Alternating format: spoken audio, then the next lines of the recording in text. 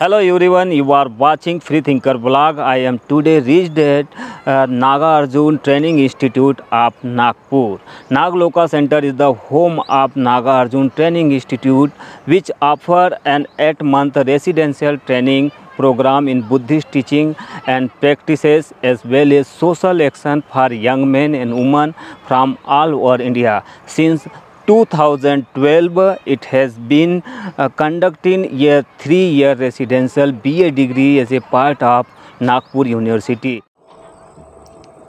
तो गाइस, हमारा यह व्लॉग हमारे कैमरे की बैटरी जो है लो हो जाने की वजह से अधूरा रह गया था, जिसे हम पूरा करने के लिए मोबाइल का यूज़ कर रहे हैं। आप देख सकते हैं तस्वीर में मेरे पीछे बुद्धा का स्टैचू जो है यहाँ पर, जो कि एक धातु से बना हुआ स्टैचू और काफ़ी खूबसूरत यह बुद्ध का स्टैचू है। यहाँ पर ख़ास करके नागार्जुन जो इंस्टीट्यूट है, ट्रेनिंग इंस्टीट्यूट है, यहाँ पर बाहर के बच्चों को आवासीय प्रशिक्षण दिया जाता है। 8 माह की लगभग ट्रेनिंग होती है यहाँ पर। 2012 से शुरू हुआ है ताकि वे आगे निकलकर बौद्ध धर्म की शिक्षा का अपने गाँव में, कस्बों में प्रचार कर सके। इस लिहाज से इस नागार्जुन इंस्टीट्यूट सेंटर को बनाया गया है।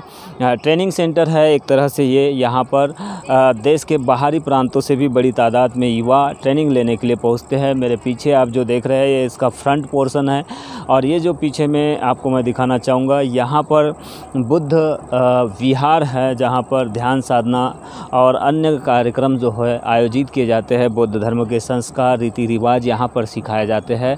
और सामने में इंस्टीट्यूट के भवन हैं जो कि काफ़ी खूबसूरत बने हैं ताइवान स्टाइल में, जो कि यहाँ पर जो मटेरियल लगा हुआ है, जो आर्किटेक्ट डिज़ाइन किया गया है, यहाँ पर जितने भी भवन तैयार किए, इन भवनों में प्लास्टर नहीं है, लेकिन इनकी दीवारें इतनी फिनिशिंग है कि आपको अंदाज़ा नहीं कर सकते आप कि वाकई में किस तरह से ये तैयार किया गया। तो ताइवान स्टाइल में, ताइवान आर्किटेक्ट का ये डिज़ाइन है, इस वजह से बेहद ही खूबसूरत है। वो मैं आपको दिखाना चाहूँगा।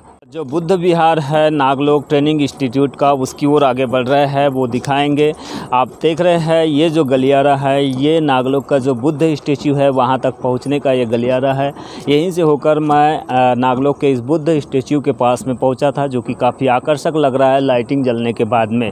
चूँकि मोबाइल से ये वीडियो बना रहा हूँ, मैं आपको पिछली बार मैंने बताया था कि मोबाइल से वीडियो बनाने की वजह से इसकी क्वालिटी थोड़ा जो कैमरे की क्वालिटी मिलना चाहिए था वो नहीं मिल पा रही, लेकिन क्वालिटी फिर भी ठीक है। लेकिन यहाँ का जो शाम का वक्त है और जो लाइटिंग यहाँ पे लगी हुई स्टैचू के बाजू में, उसकी वजह से ये जो प्रतिमाएं काफ़ी आकर्षक लग रही है। इसमें गोल्डन कलर की किरणें आपको दिखाई दे रही होगी। तो ये कुछ खासियत है इस प्रतिमा की, और मेटल की बनी हुई है, धातु की बनी हुई, काफ़ी सुंदर और आकर्षक प्रतिमा है।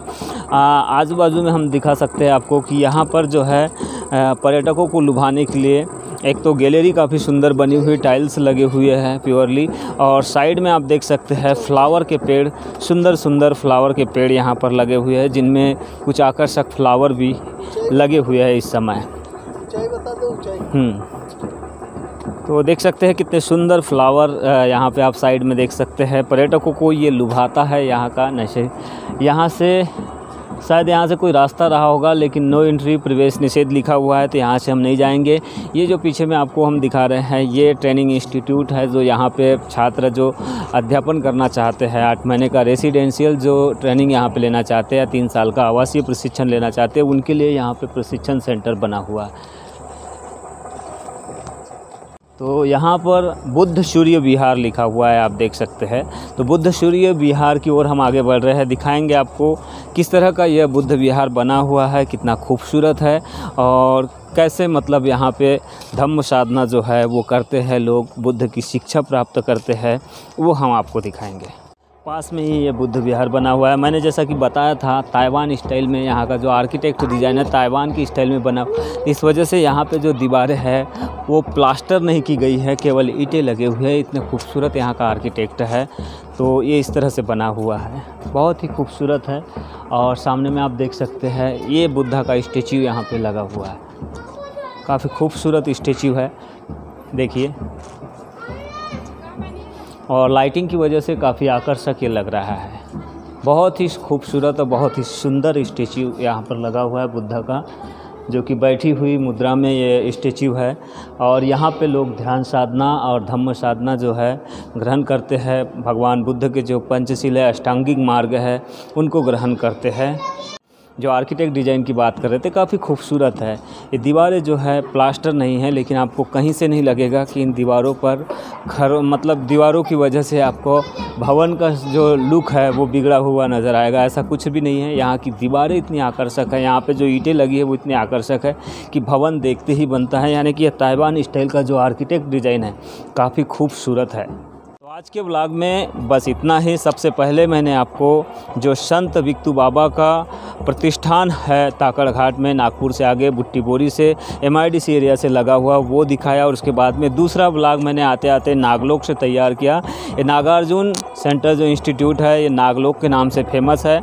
और यहाँ का बुद्ध विहार मैंने आपको दिखाया। और साथ में ये जो सामने वाला स्टेच्यू काफ़ी आकर्षक खूबसूरत लग रहा है, वो दिखाया। और सामने में कुछ ट्रेनिंग इंस्टीट्यूट और यहाँ के आर्किटेक्ट डिज़ाइन के बारे में बताया। उम्मीद करता हूँ कि यह व्लॉग आप लोगों को नॉलेज के लिहाज से भी काफ़ी अच्छा लगा होगा और जानकारी के लिए भी। आप लोग भी कभी अगर पर्यटन के लिहाज से नागपुर आते हैं तो कोशिश कीजिए, इस सेंटर तक पहुँचने की कोशिश कीजिए। यहाँ का वातावरण काफ़ी सुंदर है। यहाँ पर आने के बाद आपको शांति का अनुभव होता है।